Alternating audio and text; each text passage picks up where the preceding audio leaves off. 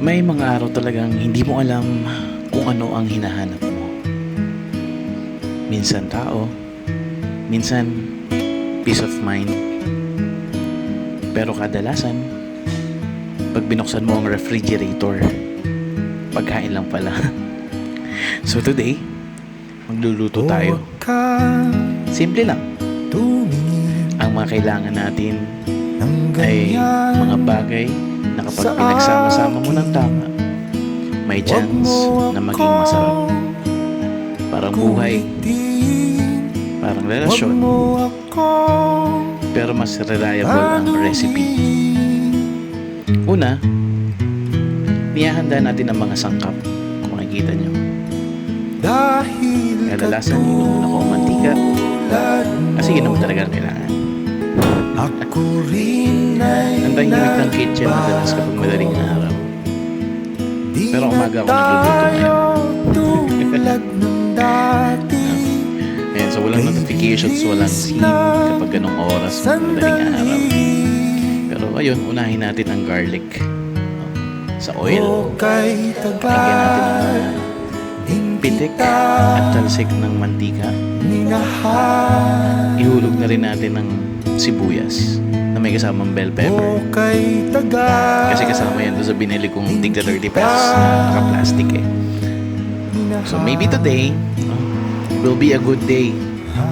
And it's a sunny day. Muli nang sumikat si Haring Araw pagkatapos ng mga ulan. Ito na yung oras kung saan naghahalo na tayo na may mga bagay talagang magpapaluka sa'yo. Sibuyas lang pala. Pero ayan na nga, binuksan na natin yung ating pinaka main ingredient. So paksiw na bangus na instead na karne ng ng baboy, yan ang gagamitin natin. Okay. Sabi nga nila medyo malansa, pero hindi naman, nasa pagluluto lang. Okay? Isahin lang buti. At least medyo healthy. Well, let it slide guys. Lagyan natin ng paminta para at least may konti namang spice sa buhay natin. Hindi kailangan sabay-sabay. Because apparently, that is also how you survive. Pero lagyan natin ng patis. At least, hindi tayo biglang magkakaroon ng existential crisis. So let it cook guys. Don't rush it.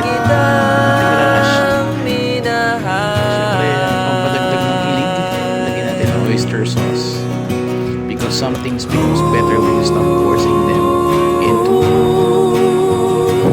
shadow sauce. Wala nang maisip eh. So give them time guys. Laksa lang ang pinutuan din. You give them heat, you give them space, and eventually they will change. Makikita nyo siya sa appearance pa lang, sa amoy. Minsan tinitikman habang niluluto, minsan naman hindi. Okay, syempre idagdag natin ang mga gulay. Yung medyo matitigas muna ang inur natin. So while this cooks, I think about how funny life is to spend so much time to figure out everything, what we want, what we are going, who we're supposed to become, and then one afternoon, you find yourself standing in the kitchen wearing pambahay. When you're here, it's completely destroyed. Lagyan natin ng tubig.